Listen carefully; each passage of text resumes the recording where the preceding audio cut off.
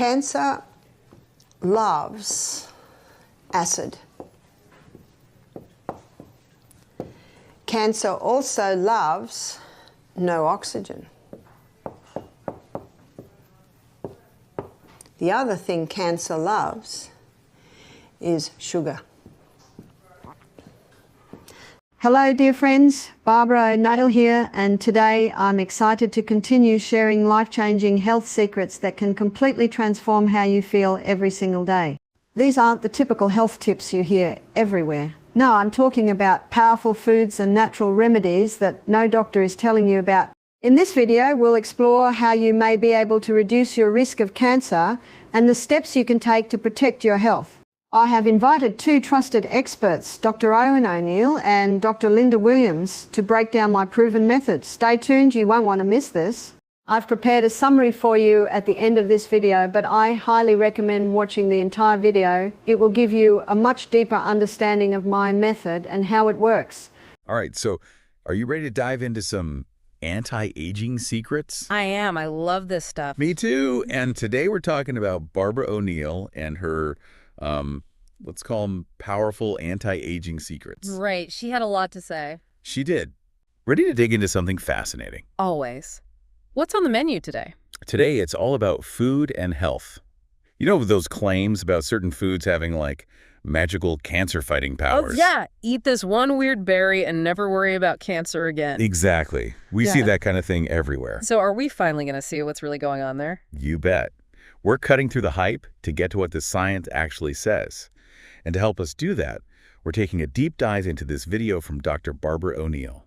Dr. O'Neill, okay. I'm intrigued. What's her take? Well, she's a naturopath, so she's really into natural approaches to health, which I think is great.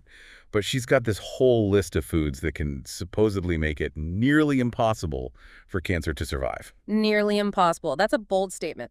Right. So we're going to break down her claims and see if the science actually adds up. Sounds like a recipe for a fascinating deep dive. Let's dig in. Okay, so Dr. O'Neill's big idea, her whole premise, is that cancer thrives in acidic environments. Okay, I've heard that before. Yeah, and she says to combat this, you need to basically eat alkaline foods to create an environment in your body that's hostile to cancer. See, this is where things get a little tricky. That's a huge oversimplification of what's really happening in your body. Yeah, I have to admit, the whole alkaline diet thing always seemed a bit too good to be true. It definitely is. It's true that cancer cells might act differently at different pH levels, but your body is amazingly good at keeping its pH balanced all on its own. Right. It's not like we can just drink lemon water and suddenly change the entire pH of our blood. Exactly. Our lungs and kidneys, they do the heavy lifting when it comes to regulating pH. It's more about maintaining that natural balance than, declaring war on acidity. So less about creating an internal battlefield with kale smoothies and more about understanding what those foods actually contain that might be beneficial. Now you're getting it. Whole grains, lemons, nuts. She even had legumes on there. It's a pretty impressive spread, I'll give her that. But yeah, like we were talking about, just because something is healthy overall doesn't make it a miracle cure for anything. Exactly. So how do we know which of these foods, if any, actually live up to the hype? We have to look at the science, right? And some of these foods have been studied way more than others. Okay, so give me the highlights. Which ones have the strongest evidence behind them? Let's start with broccoli. Everyone knows it's good for you, but this stuff is seriously impressive. Oh, I'm ready to hear this. I love a good broccoli moment. Yeah. What's the secret weapon? It's all about these compounds called glucosinolates, specifically one called sulforaphane. Sulforaphane. Okay, say that 5 times fast. So what makes this sulforaphane so special? Well, studies have shown that it can actually stop cancer cells from growing. Yeah. It messes with their ability to replicate, which is huge because if cancer cells can't replicate, they can't spread. That makes sense. It's like cutting off cancer's fuel supply. Exactly. And it even triggers this process called apoptosis. Apoptosis. Now, isn't that... Yeah, it's basically like a self-destruct button for cells. Yeah. Our bodies use it to get rid of cells that are damaged or dangerous. Wow, so broccoli is like a silent assassin. I'm never looking at a floret the same way again. Right. It's pretty amazing. And then there's turmeric. Everyone's talking about it these days, and for good reason. Turmeric lattes, golden milk, I'm seeing it everywhere. But I'll admit, I was a little skeptical. Is it really that powerful? It definitely shows promise, that bright yellow color. That's curcumin. And that's where the magic happens, so to speak. Okay, so curcumin is the key player. Exactly. Curcumin has some powerful anti-inflammatory properties, and inflammation is often linked to cancer development. Interesting. So by reducing inflammation, it might help create an environment that's less friendly to cancer cells. That's the idea. And then, of course, we have to talk about berries. They're like the poster children for antioxidants. Okay, so we're talking blueberries, strawberries, raspberries. The more colorful, the better. You got it. Those vibrant colors come from compounds called anthocyanins, which are incredibly potent antioxidants. Right. Antioxidants are those little defenders that protect our cells from damage. Yep. They neutralize free radicals, those unstable molecules that can damage our DNA and lead to all sorts of health problems, including cancer. So that morning smoothie isn't just delicious, it's like a shield against cellular damage. Exactly. And there's even evidence suggesting that berries can help protect against DNA damage specifically, which is a crucial step in cancer development. We've covered some serious ground here. To broccoli's secret weapon, this deep dive has been an adventure.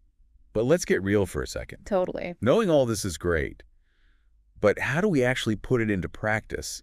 It's one thing to say eat your berries, but I need more than just a grocery list. Absolutely. Give me the action plan. How do we take all this amazing info and actually make it work for us? Well, first of all, take a deep breath. Okay, deep breath. It doesn't have to be about overhauling your entire life. Yeah. You don't have to turn into a green smoothie guzzling, turmeric farming health guru overnight. Thank goodness, because I was already looking up turmeric farms online. Maybe hold off on that for now. Seriously, though, small, gradual changes can make a huge difference. And the great thing about Dr. O'Neill's advice is that it's actually enjoyable. Okay, now that's what I like to hear. Remember that smoothie idea we talked about? Blending Yeah. those leafy greens, some berries, maybe a sprinkle of flax seeds? Oh, yeah. That right there is a delicious way to get a powerhouse of those beneficial compounds all in one go. It's like sneaking superfoods into a tasty treat. I can definitely get behind that. Exactly. And another super simple swap, trading refined grains for whole grains. Okay, so ditch the white rice and bread. Pretty much. Try quinoa, experiment with millet. There are so many options. Yeah. It's about adding in the good stuff, not just trying to avoid the bad. Yeah, I like that mindset so much more. exactly. And, you know, as powerful as food is, it's just one piece of the puzzle. We can't forget about stress management, sleep, exercise. Right, it's all connected. It really is. Which actually makes me wonder, if these foods have all these benefits that we've been talking about, beyond maybe even helping with cancer, Yeah. the antioxidants, the anti-inflammatory effects, could they be impacting our health in other ways we haven't even touched on? That is a great question. And it's something to think about. Yeah. And it brings up a big question. Say someone already has cancer. Is this eat your veggies advice enough to actually fight that? And that, everyone, is where things get really interesting. Yeah. Because one of the other sources you sent, it takes a totally different approach, right? It's this Dr. Thomas Seyfried. You familiar with his work? I am, yeah. He's not afraid to shake things up, that's for sure. Saying cancer is a metabolic thing, not primarily genetic, that's a bold claim. Definitely caught my attention. So break it down for me. What's the deal with his theory? It all starts with this thing, the Warberg Effect. Okay, imagine your normal cells, right? Like fuel-efficient cars using oxygen to get the most out of their fuel. Got it, yeah. Cancer cells, they're the gas guzzlers, the monster trucks, burning through sugar like crazy even when there's plenty of oxygen around. So inefficient energy hogs, constantly craving the sugar rush. Exactly. And get this, our healthy cells, they can switch back and forth depending what they need. But cancer cells, they're hooked on the sugar, can't kick the habit. Okay, so if that's their weakness, could you, like, starve them out by cutting off the sugar supply through diet? $1 million question, right? And that's what Seyfried's getting at. But here's the thing. This idea isn't actually new. Oh, yeah. Goes back to the early 1900s, a guy named Otto Warburg. He even won a Nobel Prize for his work. And HE was the first to notice this weird metabolic thing in cancer cells. Wow, Nobel Prize winner. Okay, so this isn't just some fringe theory then, but if it's been around for so long, why haven't we heard more about it? Why isn't everyone trying to starve cancer cells with their diets? Oh, right. It's a whole thing. Basically, mainstream oncology, they kind of went all in on the genetics of cancer. Pushed the Warburg effect aside. Interesting. So it's like it got lost in the shuffle a bit. Kinda, yeah. But now it's back, thanks to people like Seyfried. And speaking of, one thing he talks about a lot in this source is the glucose ketone index, GKI for short. Okay, yeah, I saw that. Something to do with how much your diet's actually working, right? like on a metabolic level. Exactly. Remember those sugar-guzzling monster truck cells? GKI is kind of like their fuel gauge. It measures how much sugar, the glucose, is in your blood compared to ketones. Ketones. Okay, hold up. Got to refresh my science here. Ketones are... No worries. Basically, it's a different fuel your body can run on. Think of it like this. High GKI, lots of sugar. That's a buffet for cancer cells. Low GKI, you're cutting them off. Makes sense. So how do you even measure that, this keto mojo meter thing they mentioned? That's it. Little device like those glucose monitors for diabetes. Prick your finger, drop of blood, boom, you've got your GKI reading. So you can actually see how different foods are affecting your body. That's kind of cool. But this source also makes it clear, right? Like a low GKI. It's not some magic bullet. Sadly, no. And that's super important to remember. Cancer is, well, it's a beast. Different types, different stages, and everyone's body reacts in its own way. So even if you're doing everything right, hitting that target GKI, there's no guarantee. Not a guarantee, no. It's more like, think of GKI as a compass, not the whole map. Points you in a good direction, but doesn't show every turn or promise you'll reach the destination. Okay, I like that analogy. So where do we go from here? We've got this GKI measuring the impact of our diet, but it's not a sure thing. What's the takeaway for someone trying to wrap their head around all this? So this is where it gets really interesting.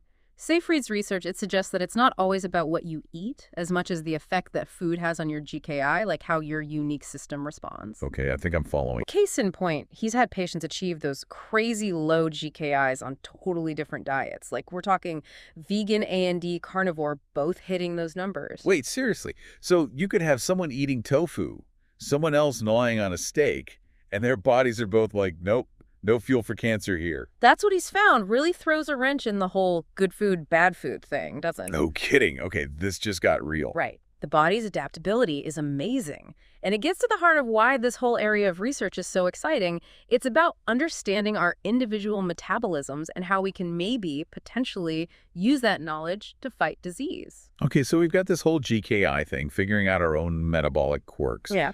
But what about those other sources, the ones with the drinks and like combining different approaches? Yeah. How does that all fit in? Right. We can't forget about those. Got a little sidetracked by the whole metabolic deep dive. But yeah, there are some other interesting tidbits. The drinks, especially. Remember, turmeric milk, green tea, pomegranate juice. Oh yeah, it was like a whole which beverage reigns supreme battle. Totally. And they each had their own research, right? Turmeric, fighting inflammation, green tea loaded with antioxidants, pomegranate juice, and those elagitannins. Some promising stuff in there. I know. It's almost overwhelming, all the different angles. So what are we supposed to be chugging turmeric lattes while we're checking our GKIs? Like, what's the game plan? See, that's just it. There's not one magic drink, one single answer. It's more about how these things can work together, even with more traditional treatments, you know, like chemo, radiation, that kind of thing. It's not either or. Not necessarily, no. In fact, a couple of these sources, Dr. Eric Berg, cancer.p, they actually emphasize that, combining those approaches. So obviously working with a doctor who knows what's up. Of course, yeah. Everyone's different. Exactly. No one-size-fits-all solution, but you've got options. You don't have to choose one path over another. It's finding what makes sense for you. That's really good to hear. It's about taking charge, right? Asking those questions, being really engaged in your own health. That's powerful stuff. It totally is. You know, it's funny. I'm thinking about that story you mentioned earlier about Dr. Seyfried and that dog he basically cured. Yeah. Even if it's just one case, it's hard not to feel hopeful, you know? 100%. And hope is huge, especially when we're talking about something as serious as cancer. Thank you for joining me on this journey to a healthier, happier life. Remember, every small step you take today brings you closer to the vibrant health you deserve. If you found this video helpful, don't keep it to yourself. Share it with someone who needs it. Hit that like button and subscribe for more tips that can transform your life. Together, we can spread the knowledge and make a difference. Here's to your health, one day at a time.